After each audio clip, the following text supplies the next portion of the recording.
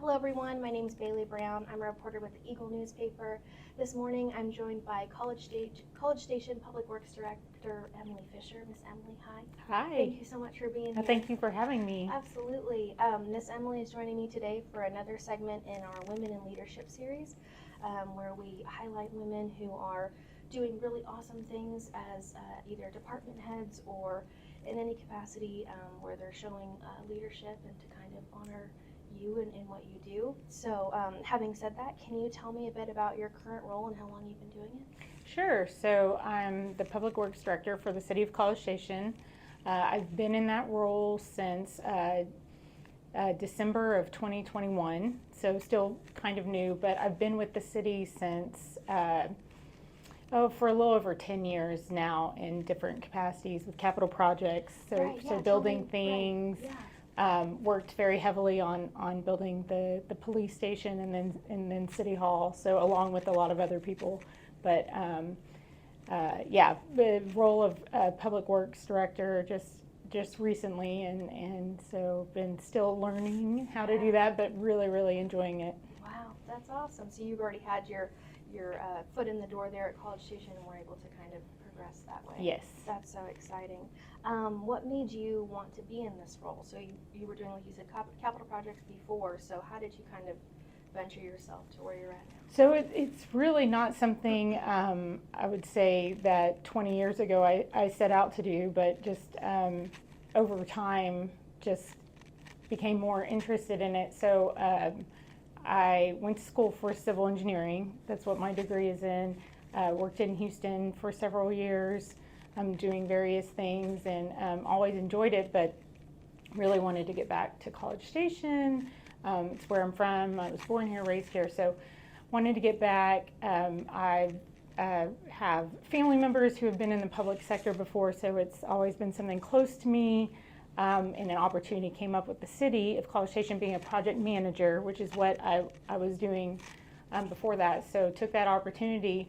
At that time, the project managers were in the Public Works Department, so it was kind of my first, got to see everything a Public Works Department did, and then just from there, just started learning more about it and really wanted, seeing that as the next step, and got, to do some other things along the way with the capital projects, but eventually ended up in Public Works. So really happy that that's where I ended and that's where I am right now. Yeah, so did you always have a love for civil engineering, or did that kind of progress later? So it's interesting. Really always kind of had the mind for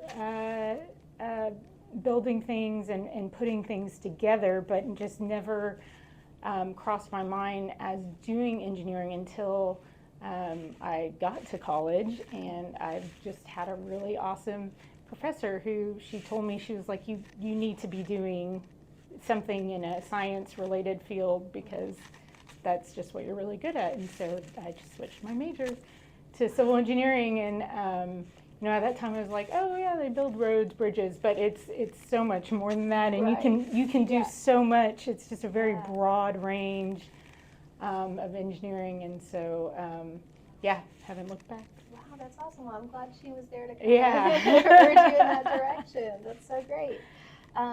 What motivates you to keep going, and who is someone that encouraged you along the way? So I don't know, maybe this professor or someone else? And that's just one of many, but so what motivates me to keep going, I'm just very loyal to College Station and really just want to see it succeed and continue to thrive because it's where I'm from. So it's fun to see parts of it grow and what's happened to other parts of it and everything, knowing that I used to live here or used to do that here, so that's one part that really keeps me going. Like I said, I've had family members in the public sector, so it's been close to my heart. And my mom's always been there to push me along the way. Everyone in my family, and huge support system, which is great. But she's been one kind of push me along the way and to keep me going. And now, of course, my family's there to push me along. So lots of motivating factors out there, but those are some of them. Wow, that's lovely. Thank you for sharing that. Where in your journey have you felt support as a woman in a leadership role? So I think there's several places. Like I said, in college, just having teachers that were there, women, to tell me, hey, this is something you're good at, was huge. And then engineering, I mean, some would say might be a male-dominated field, not really anymore, which is great to see because STEM is it's become so equal now. But just being a part of affinity groups like Society of Women Engineers, anything, where you're with other women has always been where you're empowering each other.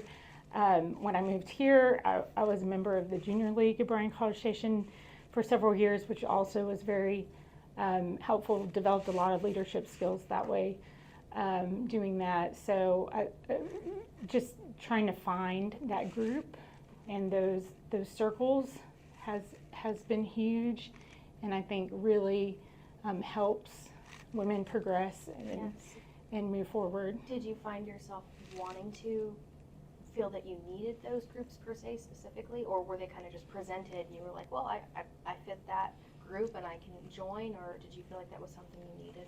So for me, I've always, it's like, what can I do to better myself? What do I need to work on? And I feel like getting outside my comfort zone is I hate doing it, but needs to happen. And so joining those types of groups was huge, and having all these other women who I think are a lot smarter than me, and seeing all of that, I think, and getting to know that, and then doing various activities within those groups, putting yourself in that position, getting outside your comfort zone, just really helped develop me as a leader and develop my potential. So yeah, absolutely, I love that, and all those opportunities when they present themselves, you gotta take advantage of them.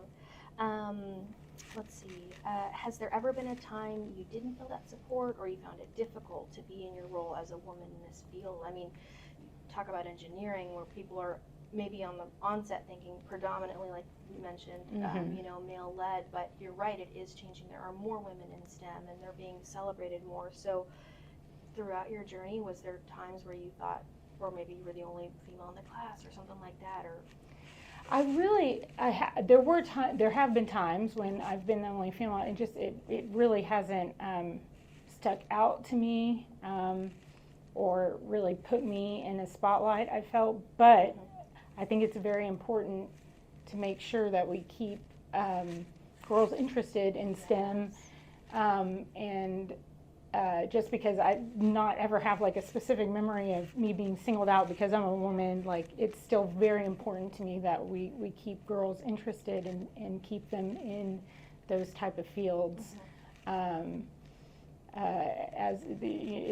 It's very important. Absolutely. Did you ever feel at any point any discouragement or any sort of worry or anything going, I, as a woman in this field, kind of feeling like you had to have 10 steps further to Yeah, and some of that, I think, is being a woman, some of that's having a family, like you just feel the pressure of maybe I'm the one that, should step back some, just personally how I am, I'm always second guessing yourself, which I've along the way have gotten so much better at that, and my confidence and everything, and but I think all of that does have something to do with being a woman, and there's a lot of pressures put on you from different aspects of society, and even now you think, oh, there's no way it's 2023, but there still is, even if they're not spoken or said, and so and maybe they're just in my head sometimes, but just trying to get past that. Absolutely, you got to beat those inner thoughts that are trying to pull you back. Absolutely. Thank you for sharing that. what would you want any woman to know about being in a leadership role, especially if they had any hesitations or worries that they wouldn't be respected in their position? Well, one, it's never as bad as you think. You are way more powerful, and you're heard more than you think. So I know sometimes confidence can be an issue, but I would just want anyone to know that to not second guess yourself, to not question yourself going into a situation, and then just always give yourself the room to grow, room to learn more, room to make mistakes, and because that's going to happen, and it's not because you're a woman or anything. You're just going to mess up, and just give yourself that grace and that room to do that, because it's just going to happen. There you go. Very well said, because you're right. We've got to show ourselves some Yeah. grace. It's hard to do it sometimes, but we have to. Yes, ma'am. Okay, did you have any female leaders you looked up to or currently look up to? So I think that right now with the city, there's so many department heads, city managers that are women, that councilwomen that are there to look up to, which is great. And so it's so good to see that, and I'm glad that we work with such a great team and so many inspiring leaders. I always want to learn from everyone, and I definitely learned so much from the other women I work with. And I feel like I've had that more now, more than ever. There's always been women in other workplaces I've been in, but now I feel really lucky to be amongst the women that I am. And then just going back to my mom, she's always been very inspiring to me too. So and she's been there from the beginning. So yeah. Absolutely. Can you tell me a little bit more about this professor you had, and tell me, where'd you go to school? So I went to A&M. Oh, okay, awesome. Yeah. Awesome. So and it's funny that this came out, because someone was asking me about this the other day. That's why it's fresh in my head. Yeah. No, she was actually so I went to Blinn Junior College my first year out of high school, and for some reason I took an engineering calculus class, even though I had no idea what my major was going to be, and she was my calculus teacher, and she and I really probably should not have just jumped into that class, but I did, and I had to work really hard, but I was doing really well, and she just sat me down, and she's like, what are you going to go to A&M for? And I was like, I have no idea. I just don't know what I want to do. And she's like, that's when she was like, you really need to think about something, science related, engineering related. And so that's why I did it. There you go. I love that. And I'm thinking about, how you might have felt as you were progressing through school and really loving what you do. Was there anyone that was kind of just in your way, or just saying like, oh, you're a girl, what makes you think you can do that, or that you're capable of that? Or my own head was in my way a lot.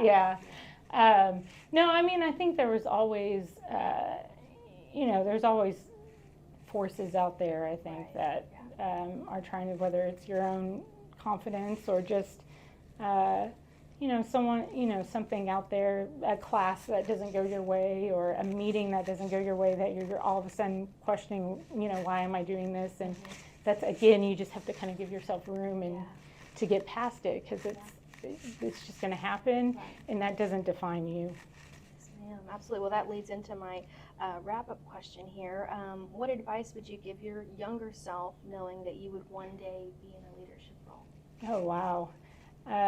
To not sweat the small stuff, for sure. To kind of let the small stuff go. To just kind of go easy on yourself. That it's going to be okay, and to just have room to enjoy it along the way. Just have fun. fun, take it slow, and enjoy Yes, the moment. I love yes. that. Wonderful. Well, Miss Emily, thank you so much for what you do. Oh, Thank thank you. for being a female in your position and in your leadership, and it's such a privilege to know you, and I know that people at the city love what you do, and so I'm glad you're in the position that you're in, and that professor encouraged you to keep going, and that Yeah. you did it. So thank you so much for joining me today. Thank you.